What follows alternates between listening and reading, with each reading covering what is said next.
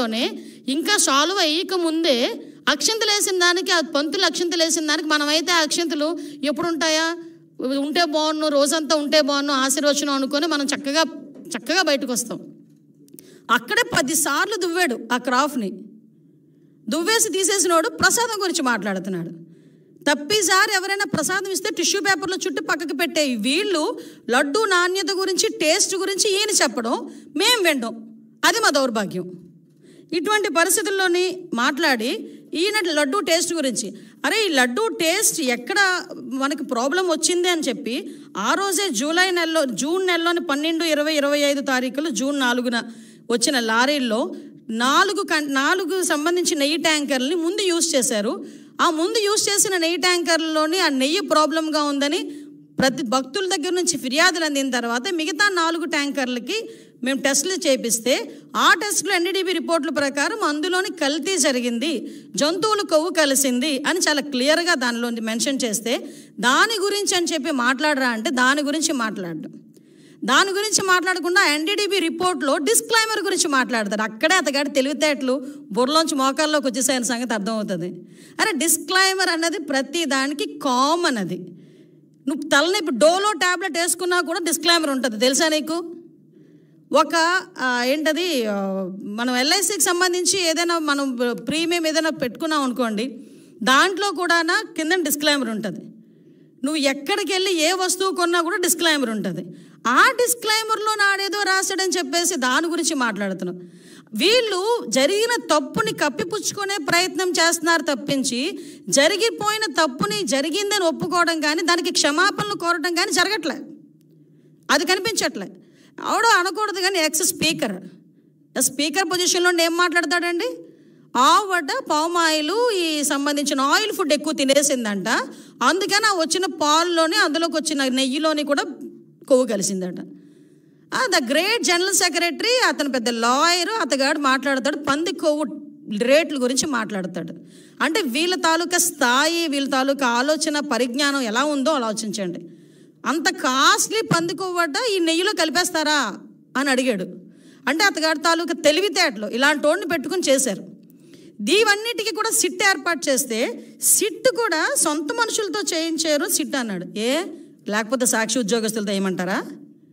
సాక్షి ఉద్యోగస్తులతో వేసేది సిట్ కాదయా, ప్రభుత్వ ఉద్యోగస్తులతో వేసేది సిట్. ఈ అధికారులందరూ కూడా నీవు పనిచేసినప్పుడు, నువ్వు ముఖ్యమంత్రి ఉన్నప్పుడు కూడా పనిచేసిన వాళ్ళే.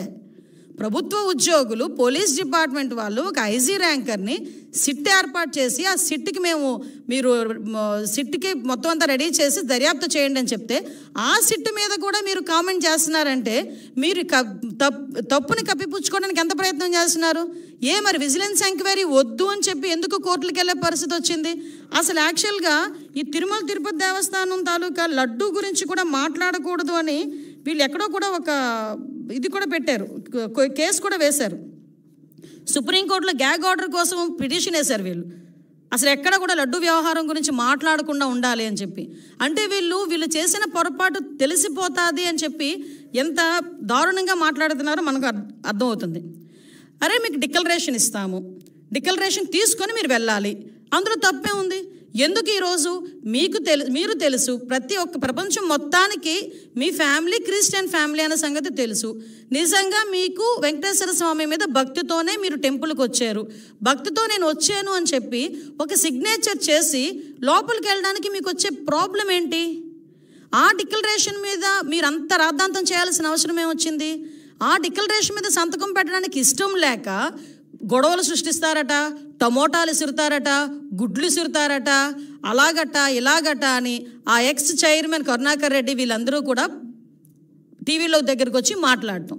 అంటే వాళ్ళే ఒకవేళ నిజంగా వచ్చినా వాళ్ళే అవి కూడా చేయించుకొని మన గులకరాయి టైపు, కోడికెత్తి టైపు చేయించుకొని తిరిగి జనాల మీదకి వెళ్ళే పరిస్థితి కూడా ఉంటుంది. ఇవన్నీ అరే నువ్వు వెళ్ళవయ్యా, నువ్వు హైందవ సాంప్రదాయాన్ని పరిరక్షించెళ్ళు, ఎందుకు ఈ మాట చెప్తున్నావంటే మీరు ఒకసారి అర్థం చేసుకుంటానండి. క్రిస్టియన్స్ కానీ, హిందూస్ కానీ, ముస్లిమ్స్ కానీ ఒక్కొక్కరికి ఒక్కొక్క పద్ధతి ఉంటుంది. ఇప్పుడు కడప దర్గాకి వెళ్తాం, హిందువులు ఎంతమంది అరట్లేదు కడప దర్గాకి? కడప దర్గాకి వెళ్ళినప్పుడు ఆ గుడ్డ కట్టుకొని చక్కగా టోపీ పెట్టుకొని వెళ్ళరా? అజ్మీర్ వెళ్తారు, ఎంతమంది అజ్మీర్ వెళ్ళరు? అక్కడికి వెళ్ళి వాళ్ళ సాంప్రదాయం ప్రకారం వెళ్తాం కదా.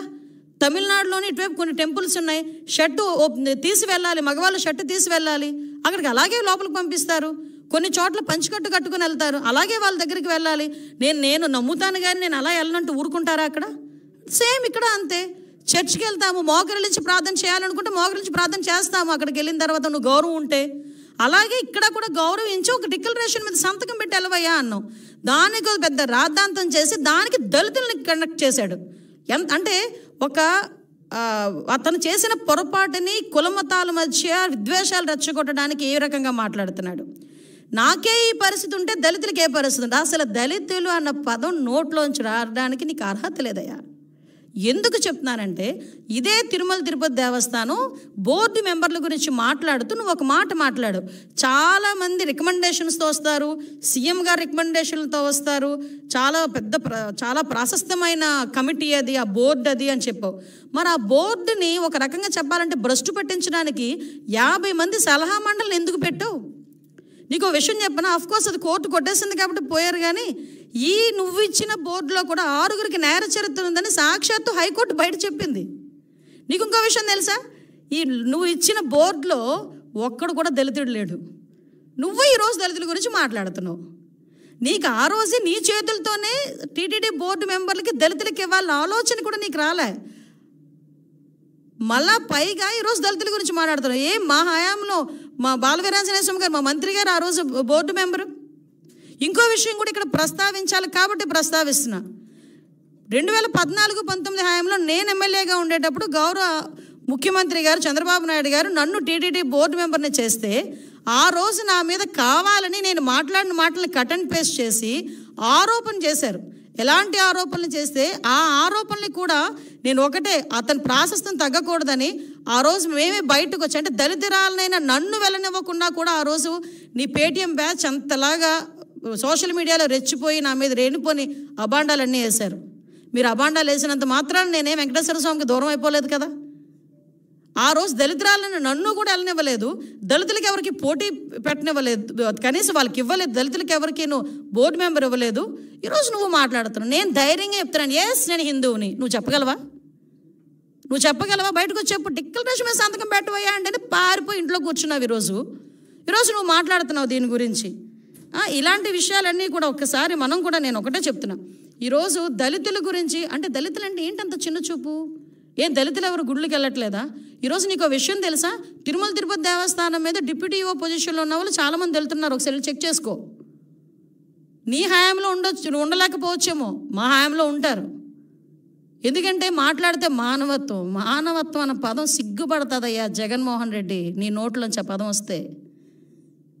నువ్వు మానవత్వం గురించి మాట్లాడేటప్పుడు వెనకతలు పిక్చర్ వేసుకో. మీ బాబాయ్ హత్య, గొడ్డలిపోటు గురించి ఒక పిక్చర్ వేసుకో, అప్పుడు మానవత్వం గురించి మాట్లాడదు. కానీ వెనకతలు ఇంకో పిక్చర్ వేసుకో.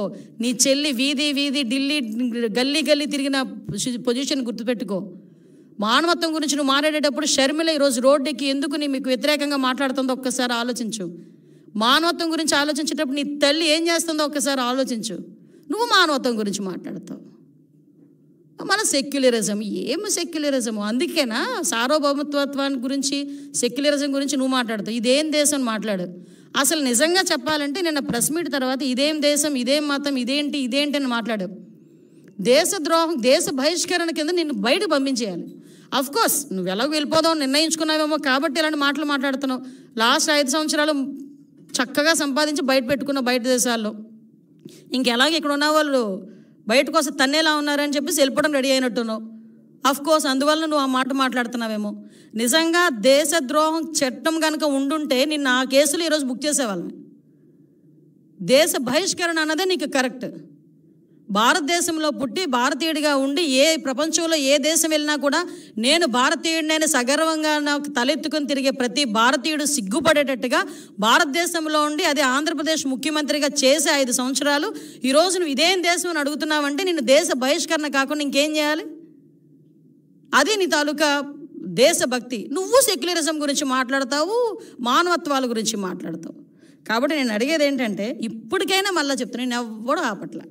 వెళ్ళు, ఈ రోజుకే వెళ్ళు. నువ్వు ఎప్పుడు వెళ్తానంటావో చెప్పు, మాజీ ముఖ్యమంత్రి హోదాలో, ఎమ్మెల్యే హోదాలో నీకు ఎలాంటి దర్శనం కావాలంటే ఆ దర్శనం ఇస్తాం. అజయ్ కలాం లాంటి వాళ్ళే డిక్లరేషన్ పెట్టిసుకెళ్ళారు. షారుఖ్ ఖాన్ వచ్చారంటే డిక్లరేషన్ పెట్టుకుని వెళ్ళారు. ఇందిరాగాంధీ గారు వచ్చి సోనియా గాంధీ గారు వచ్చి డిక్లరేషన్ మీద సంతకం పెట్టుకుని వెళ్ళారు దర్శనానికి. వాళ్ళందరికీ నమ్మకం ఉండబట్టే వెళ్ళారు. నువ్వు డిక్లరేషన్ మీద సంతకం పెట్టి దేవుడు అంటే నాకు నమ్మకం ఉంది, ఆ దేవుడు అంటే నాకు అపారమైన గౌరవం ఉంది, ఆ దేవుడు తాలూకా గౌరవాన్ని కాపాడుతానని చెప్పి ఒక చిన్న డిక్లరేషన్ మీద సంతకం పెట్టి దర్శనానికి పో. నీ వెనకాల ఎంతమంది తీసుకెళ్ళి వాళ్ళందరికీ ప్రోటోకాల్ దర్శనం చేపిస్తాం. అంతే తప్పించి ఈరోజు నువ్వు ఇష్టం లేక, హిందుత్వాన్ని గౌరవించే సత్తా లేక, గౌరవించడం కూడా ఇష్టం లేక ఈరోజు తిరిగి